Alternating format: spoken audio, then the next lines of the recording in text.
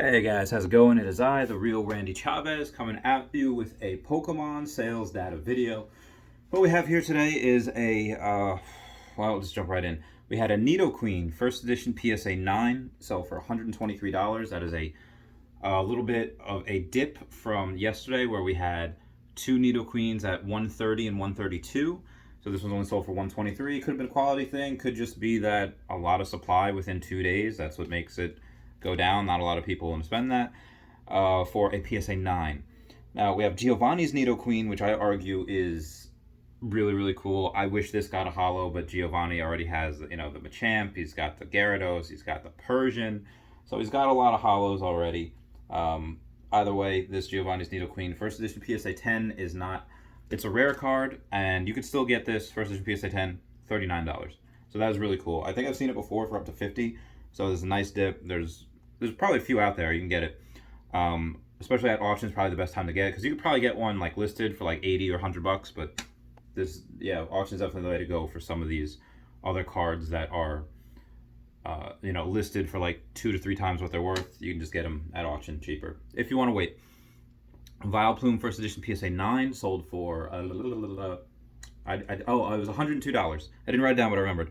Mr. Mime first edition PSA 9 sold for $140, and that makes perfect sense if the 10 is getting like $800 something dollars. 140 time, again, the 10 will sell anywhere between 5 to 8 times what the 9 is selling for.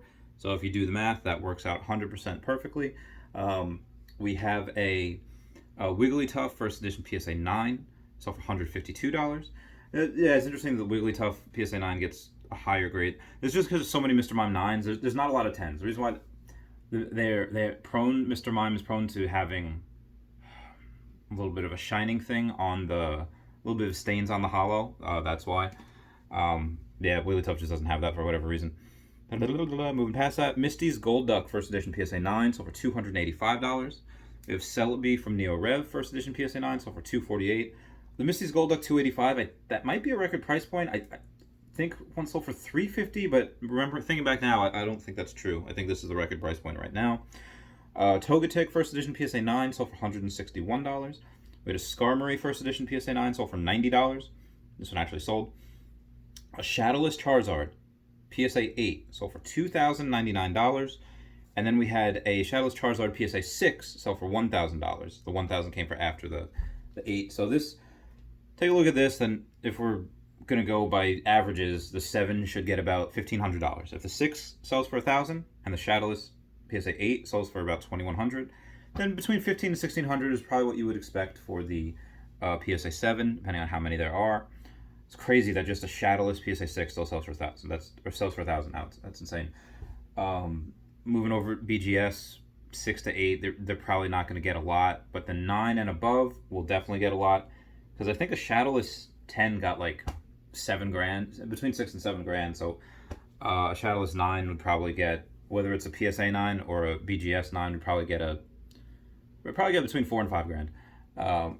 And moving past that, we have a Gold Star Charizard PSA 8. The top 4 bids on that was $1,175, $1,400, $1,500, $1,525. I think that is a record price point for the Gold Star Charizard PSA 8, $1,525. So yeah, we're the Gold Star Charizard PSA 8, $1,525. The Shadowless Charizard PSA 8 sells for, say, $2,100.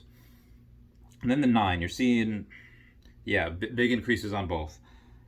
Going from the Gold Star 8 to the 9, you'll see about a $1,000 increase. Go from $1,525 to about $2,500, give or take. Some might go for a little bit lower at 27, or a higher at 27. Some might go for a little lower, maybe 22, 24. But it's about $1,000. But the jump price point for the Shadowless 8 to the Shadowless 9 Charizard goes from $2,000 to minimum $4,000. I don't think you're seeing a Shadowless 9 get anything less than $4,000. Just my opinion. Although you have in the past, a month ago you saw him sell for $3,700, but 2 months ago you sold that. Now I don't think it's going to happen. So much competition, so much fear of missing out. A lot of flipping too, and a lot of this movement happens to come from flippers, which a lot of times people buy it goes into their collection, like myself. That BGS 9 that I got it 2 years ago for like $900. Not selling. Why would you sell? Just reach an all-time high. Not selling. But yeah, some people are just like, all right, I'll buy it now, or they'll buy a couple of them.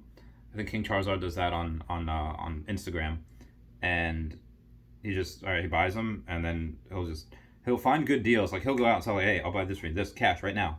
And he's a very good salesman, very good at doing that. And then they're like, hey, this just sold for this just sold for this. You might as well get it for here before it goes to here. He's very, very good at that. And just, people give Flipper a dirty name, but I mean, that's what causes movement. Yes, one might be able to say, like, oh, that might be a bubble. That might be something that, when people stop doing that, then maybe people are going to, continuously see that price fall. Maybe, I don't think so, because the ones that are flipping, they're the ones that are putting the cards on the market. If they stop, then those cards stop going on the market. And yeah, flippers and collectors form a symbiont circle.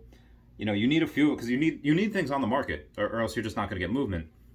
But then you also need people to pick those off and say, like, I'm going to buy this before it gets any crazier. I'm going to hold it because they want it, because they're cool cards.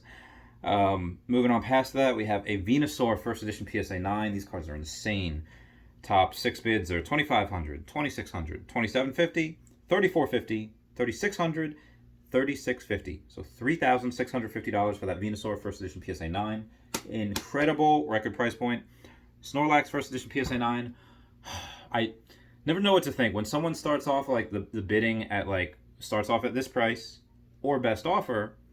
Let's say if a bidding of something starts off like $100 and it's worth $200, and somebody says, you know what, I'll offer $150, and they take that. That's great. Someone did that with this Snorlax. It's worth over $400. Someone just put, like, whatever the starting bid was or best offer. Someone offered $200 for the Snorlax first edition PSA 9 holo from the jungle set. Got accepted. This person got a steal, because that is worth minimum double that. So they could flip it for a quick couple $100. They could just keep it, saying, like, look what I got. Zapdos from the Fossil set, first edition PSA 10, sold for $444. Here's some of the things I have, not problems, just what I see in the Fossil and Jungle sets. If you are the second card, like, let's say a Magneton. You have Magneton in base set, you have Magneton in Fossil. Magneton in Fossil is not going to get you anywhere near the premium of that and the next Magneton is so much higher. That Magneton, that Gym Heroes Magneton, is a lot higher than that Fossil. Partly because it's very rare, it's very hard to grade, but also probably because it's better artwork. The artwork wasn't, yes, it's original and it's vintage, but it wasn't that good. Like, some of the artwork succeeding that afterwards is just like, this is cool. Like, they really came into their own on, like, how they wanted the series, because you have to be able to say, like, all right, here's the sketch that we want to do, and here's what we think they might look like. And then after, like, the show, the animation comes out, and the comic books are, okay, like, this is what we can do. Like, we can really be able to explore, and they might have gotten more creative freedom, and they draw them firing, they draw them, like, so having Zapdos in base set, it's the first Zapdos, everyone's going to want it. Having Zapdos in this, obviously, there's nothing to laugh at. $444 for first edition PSA 10. That's still a lot of money. That's still people's car payment for the month that they're giving up for this card. But then you have, like, something like Rocket Zapdos from Gym Challenge, and that's worth double this, because it's just, the artwork is so much different. You have the rain coming down. It's really cool, and you see that with Magnetons. You see that with this. You even see that with. You didn't see that with Charizard. I mean, not that Charizard comes out in Jungle or Fossil set. You just see it as Dark Charizard, and the artwork's okay, and that was overprinted. And then you see Blaine's Charizard. It's like, whoa. But yeah, Magneton definitely does that, and Raichu does that as well, because you have Raichu. You have so many of them. You have popular card Raichu from base set, which everyone wants because it's a base set. Then you have Raichu from Fossil, and people want it. But then you have Dark Raichu, which is badass. It's the first secret rare. It's just like, fuck, this is cool. Then you have Lieutenant Surge's Raichu. You have 2 Lieutenant Surge's Raichu, because you have the Holo in Gym Challenge, and you have non-Holo in Gym, or not the non-Holo in Gym Heroes. And then you have a Shining Raichu, which is just fucking epic.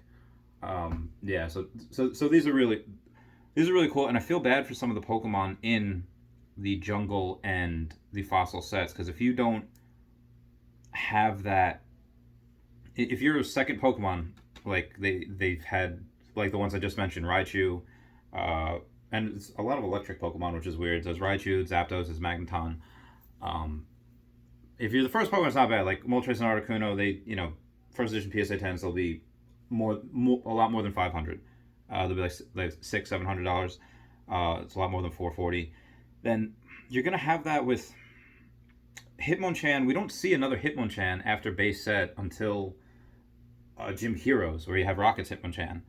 Kangaskhan, White, and Snorlax, they don't get artworks for another long time. So it's the ones that are first they're the ones that it's just another data point to look at. If it's the first Pokemon, like the first set, like if you look at comic books, oh, this is where this comic book character was introduced in Spider-Man 831. This is where this card was introduced, and and we're just going main sets. Obviously, you have all the Japanese stuff, and you have all the Top Suns and all that before that, but talking about main WotC sets. And moving past that was it. I got in the mail today, I got my second first edition PSA 9 Metal Energy. So those things, that should be a minimum $250 card. You can get it for $100. So I got the first one for like $35, and this one I got for like $70 something or $100. Very, very undervalued, in my opinion. Same thing is said for Unknown A, first edition PSA 9 Hollow. Those things are very undervalued as well. Just my opinions. I have so much to do. I have to go. I love you all. I'll talk to you later. Bye.